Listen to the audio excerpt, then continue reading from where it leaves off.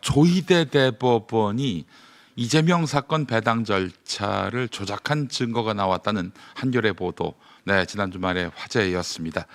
전원합의체 회부와 소부 배당 순서를 바꾸고 두 번째 심리기를 삭제했다, 이런 내용인데, 이에 대해서 한겨레는 거짓을 거짓으로 덮는 중이다.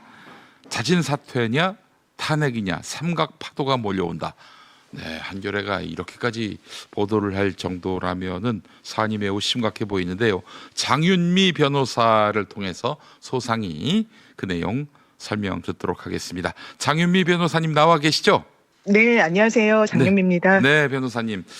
이재명 대통령 선거법 사건 상고심 과정에서 전원 합의체 회부와 사건 배당 절차가 문제라고 제가 말씀드렸는데, 맞습니다. 이 사건이 이제 이런 거죠. 이재명 대통령 선거법 사건 2024년 11월에 1심에서 유죄가 나왔는데, 네, 그 이듬해 3월에 죄송합니다. 이제 2023년 11월에 1심에서 유죄가 나왔고, 네, 2024년 이제 헷갈리네.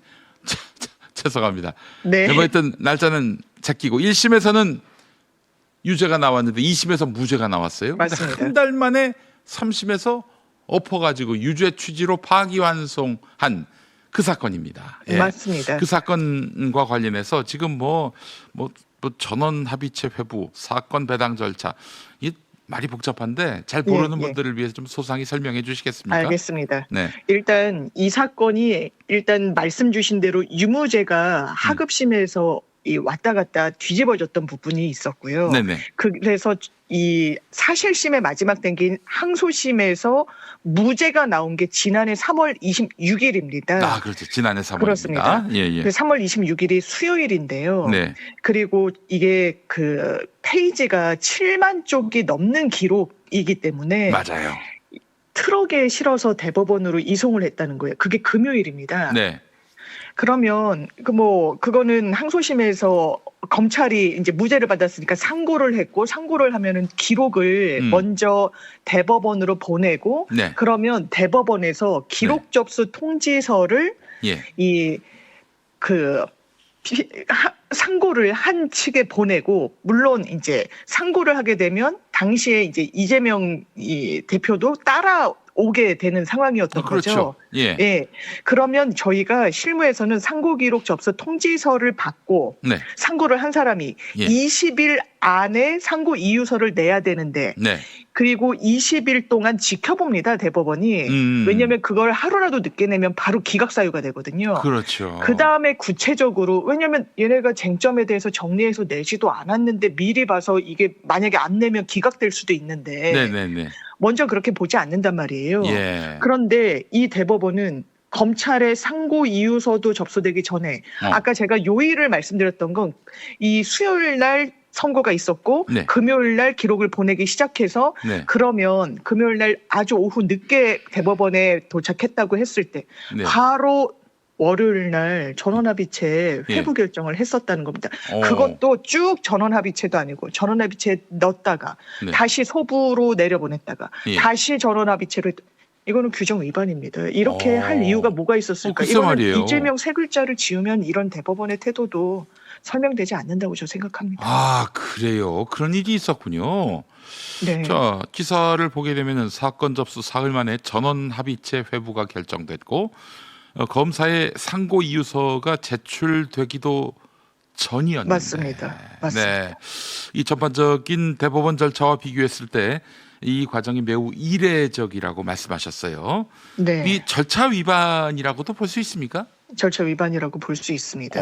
왜 그러냐면 일단 이 상황이 국회에서도 이제 몇 차례 점검이 됐었는데, 전원합의체 회부는 누가 결정합니까? 이거는 그 법원에서도 나와서 조병구 당시 사법지원실장이 내규상 대법원장이 하도록 돼 있다고 그랬습니다.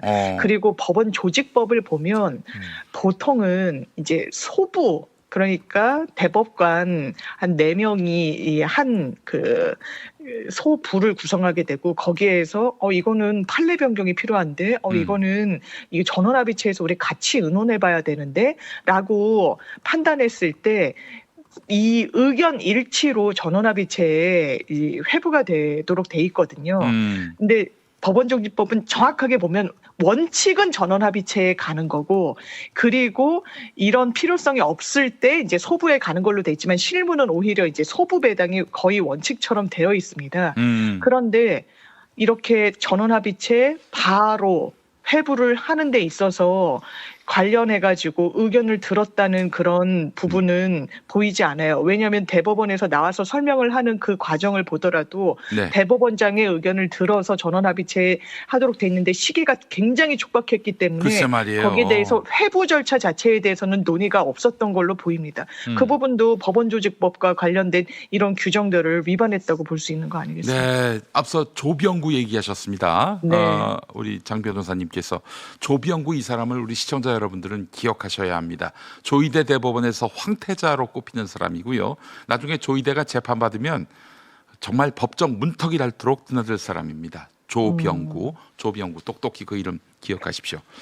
자, 대법원 사이트에 사건 진행 기록이 나중에 수정되거나 일정이 추가된 정황이 있다는 주장도 나오고 있습니다. 만약 네, 맞습니다. 사법기관이 사건 기록을 사후에 변경했다면 이거는 법적으로 문제될 수 있는 사안인지 그것도 한번 좀 짚어주시겠습니까? 예, 이게 왜 문제냐면요. 저희가 일단 나의 사건 검색이라고 재판받는 분들은 다 아실 거예요. 네. 뭐 이제 네이버나 다음에 들어가서 나의 사건 검색이라고 치면 대법원에서 내 사건이 어떻게 되고 있는지 확인을 하실 수 있습니다. 저는 아예 즐겨찾기로 돼 있어요. 하도 고소고발을 많이 당해가지고.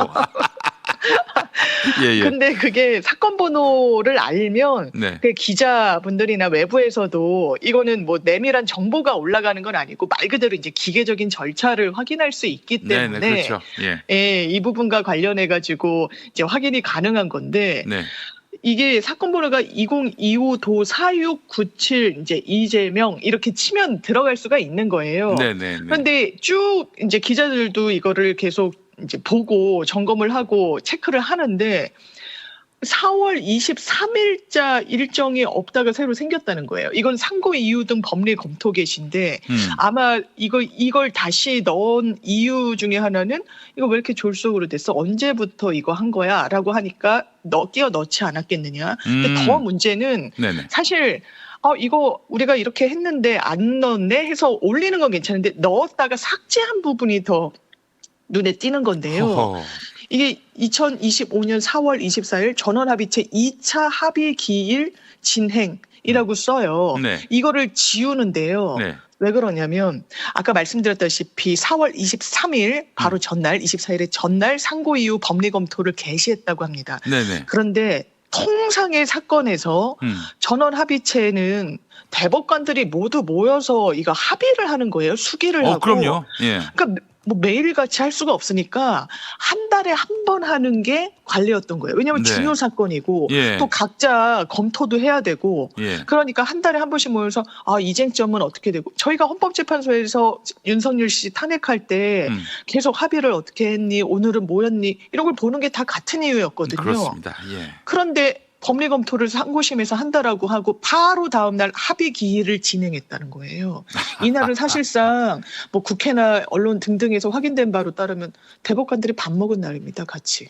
그래요. 그래서 이거를 그러면 뭔가 이 자기네 합의를 했다라고 쓰고 싶어서 올린 것 같은데 그러니까 언론에서 이거 한 달에 한 번 하는데 왜 바로 다음 날 했어요? 라고 해서 지운 거 아니냐.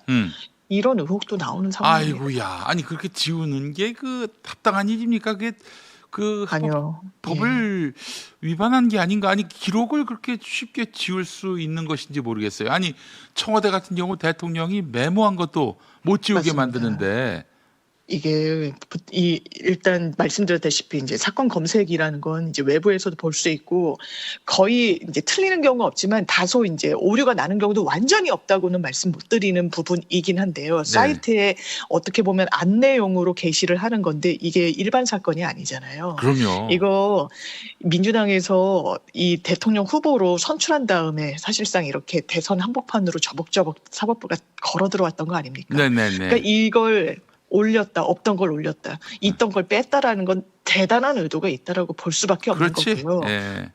법원 행정처장도 기록 봤냐? 우리 원래 다 기록 보고 한다. 기록 보는데 7만 쪽이 넘는 걸 그렇게 보고 이렇게 이례적으로 빨리 할 수 있냐? 그러니까 나중에는 또 뭐 안 봐도 되고 뭐 어쩌고저쩌고 왜냐면 전자기록 접수한 거 그 로그인을 한 걸 보여달라고 하니까 말이 또 바뀌고 이랬던 거거든요. 그렇죠. 그러니까 이런 걸 종합해서 보면 이것도 사법부가 본인들의 흠결 그리고 본인들을 향한 이 졸속 재판에 대한 비판이 있을 때마다 넣었다 뺐다 한 게 아닌가라는 의심이 강하게 듭니다. 결국 조이대가 이재명 대통령을 대선 전에 날리려고 이렇게 유죄 취지의 파기환송을 내리고 대선 전에 어떻게든 하급심에서 유죄 취지로 이재명 대통령에게 판결하고 그래서 대법이 그걸 받고 해서 자격을 상실시키려고 한 것이다. 이렇게 보는 것이 합리적입니다. 네, 자, 저도 마찬가지로 그렇다면은 생각합니다. 이 법 위반도 있어 보이고 말이죠. 네. 일부에서는 헌법 1조, 7조, 24조 위반 등을 이유로 해서 대법원장 탄핵 사유가 된다. 이렇게 주장하고 있습니다. 법적으로 볼 때 대법원장 탄핵이 실제로 성립하려면 어떤 요건이 충족돼야 하는지 이번 사안이 그 기준에 해당된다고 보시는지 변호사님 견해가 궁금합니다. 네, 일단 탄핵이라고 했을 때 헌법과 법률 위반이 있어야 됩니다. 지금 헌법에 여러 조항 말씀 주셨는데 저는 그 중에서도 헌법 1조 2항 완전히 조이대 대법원장이 이 부분은 어떻게 보면 무시하고 지키지 않았다고 생각하는데 1조 2항은 많은 분들이 아시듯이 그 규정입니다. 모든 권력은 국민으로부터 나온다는 겁니다. 그럼요. 그 최고 권력자를 선출하는 그 절차의 엄중함은 그게 대통령이 잘나서 대통령 후보가 뭐 해서 이런 게 아닙니다. 주권자가 직접 나서는 절차이기 때문에 그럼요. 엄중하고 거기에 대해서는 어떤 기관도 그 부분에 대해서 관여할 수 없는 거예요. 그런데 사법부가 관여하라고 했던 겁니다. 사법부가 무려 주권자의 주권 행사를 침탈하려고 했던 거예요. 그렇죠. 이 이론의 여지가 없습니다. 이렇게 이례적으로 했다라는 거에 대해서 대법원 납득할 수 있는 설명 내놓지 않았습니다. 이거는 말씀대로 헌법과 법률 위반에 해당하고 그렇다면 탄핵 사유가 될 수 있는데 실제로 탄핵을 했을 때 저희가 이게 뭐 고발도 돼 있지만 특검에서도 대법원장 고발의 건에 대해서는 수사하지 않겠다고 이야기를 했었어요. 선을 그었었습니다. 그렇게 형사 절차가 진행되지 않은 상황 속에서 탄핵 절차라는 건 기본적으로 헌재 시간인데 헌재에서 증거 조사를 아주 엄밀하게 강제 조사권이 없기 때문에 하기가 제한되는 부분이 있습니다. 때문에 여기에 대해서는 누차 말씀드리지만 조이대 대법원장이 일단 그 자리에서 내려와야 되는 게 내려와야죠. 맞고요. 사법부를 위해서 그렇습니다. 본인이 계속 법원 이야기를 하시는데요. 본인이 아끼는 사법부라면 본인이 정말 사법부를 존중한다면 그 자리에서 내려와야 됩니다. 그렇죠. 충분한 탄핵 사유가 된다라고 보시는 것 같습니다. 자, 지금 말씀 속에서 느껴지기로는 그 최근에 국회를 통과한 형법상 법 왜곡죄 이게 이 사안에 적용될 수도 있다라는 주장이 나오는데 어떻게 보십니까? 네, 그러니까 법 왜곡죄라는 게 지금 이 과거에 이 행태가 있을 때 법 왜곡죄가 있었다면 적용이 가능합니다. 왜냐하면 법 왜곡죄도 형사처벌을 할 수 있는 규정이지 않습니까? 예, 증거를 조작하고 막 변조하고 그것을 사건의 하나의 근거로 삼고 이랬을 때 처벌을 할 수 있는데 형사처벌을 만드는 그런 입법은 기본적으로 만들어서 공포된 시점 이후부터의 상황을 규율하게 됩니다.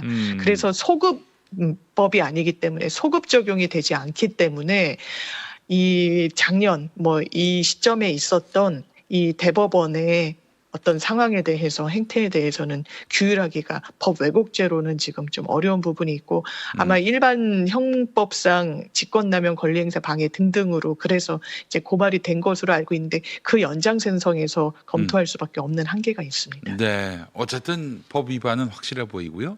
더 나아가서 헌법 위반도 읽혀 보이고요. 예, 그런 의미에서 보면은 민주당이 탄핵할 조건, 요건은 된다.